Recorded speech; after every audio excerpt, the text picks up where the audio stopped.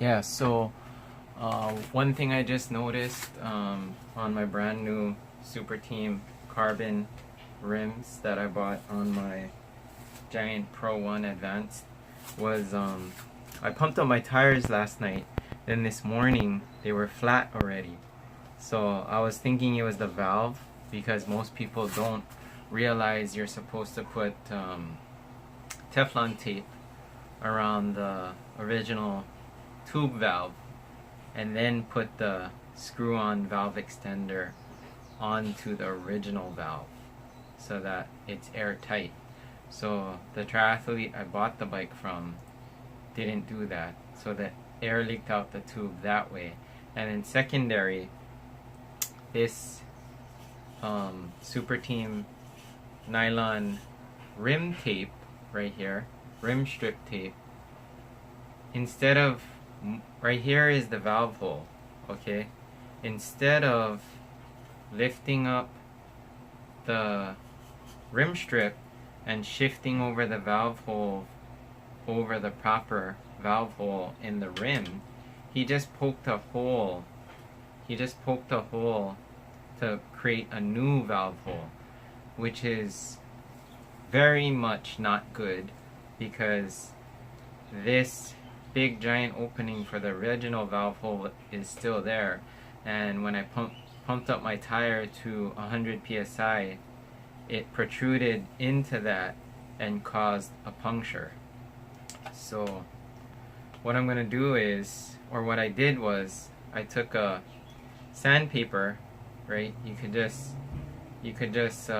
get a credit card, lift up the rim strip, and slip a piece of cardboard underneath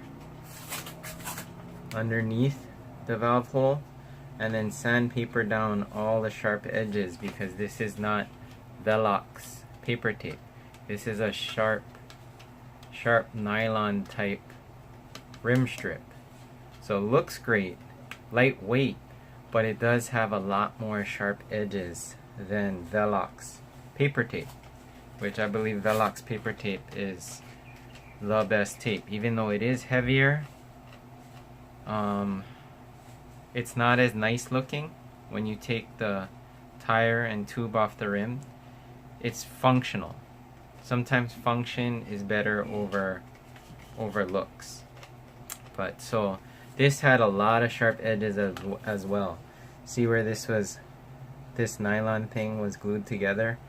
Hopefully you can see that on the camera. This is where the joint is. So it had a lot of ridges, sharp edges right here.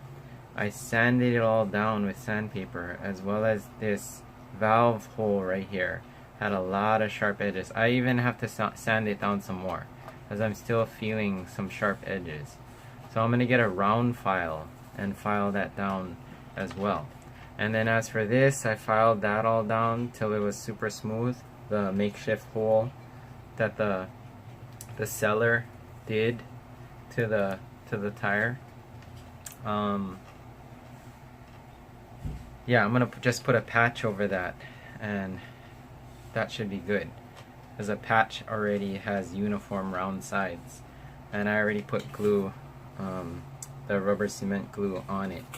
So I'm gonna sand this down more.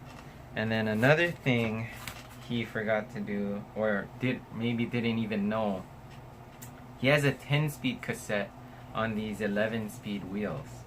It's still Shimano Ultegra, but I did notice that on this Di2 it did have a little bit of clicks and awkward sounds, because the original stock wheels are 11-speed. These are the original stock giant wheels, which has a brand new Ultegra cassette, and it says here 11-speed only. But I actually counted the cogs on the cassette of this brand new wheel, and there's only 10. So either it's a 10-speed carbon wheel with a 10-speed hub, or he accidentally bought the wrong cassette, mounted it, and just used it as is, because the bike only has 24 miles on it. So he probably didn't really get to real world test it. So it's still a brand new Ultegra cassette, it's just 10 speed. So it's surprisingly, it still works with Ultegra Di2 pretty much almost perfectly, seamlessly. If I didn't have a trained eye to actually count the cogs on here, then I probably would have never noticed that. And there's also a shim spacer directly in the middle that says 10S, which kind of was a dead giveaway that it was a 10 speed cassette, even without counting all the cogs. But I'm gonna run it as is, see how that goes, because I know on like the Sheldon Brown website or the Slow Twitch website, the differences between 10 and 11 speed are only in the like micro millimeter differential between the actual chain link width. And I guess Ultegra Di2 is intuitive enough to just somehow self-adjust, maybe. If anybody knows why that's the case, why I can use 10 speed on an 11 speed rear derailleur, as well as 11 speed, true 11 speed on it without doing any computer Di2 alterations, please let me know down in the comments below. And that's pretty much it. Those are some new niggles that I found with this bike. Nothing major, just an untrained triathlete eye versus I'm the vegan cyborg. I notice everything and I cycle a lot, so I just knew that that was something wrong. Hopefully this video helps you out if you're buying a new bike, or if you're buying a tri bike from a triathlete. You can spot those things really quick and have a happier ride. Alright, peace.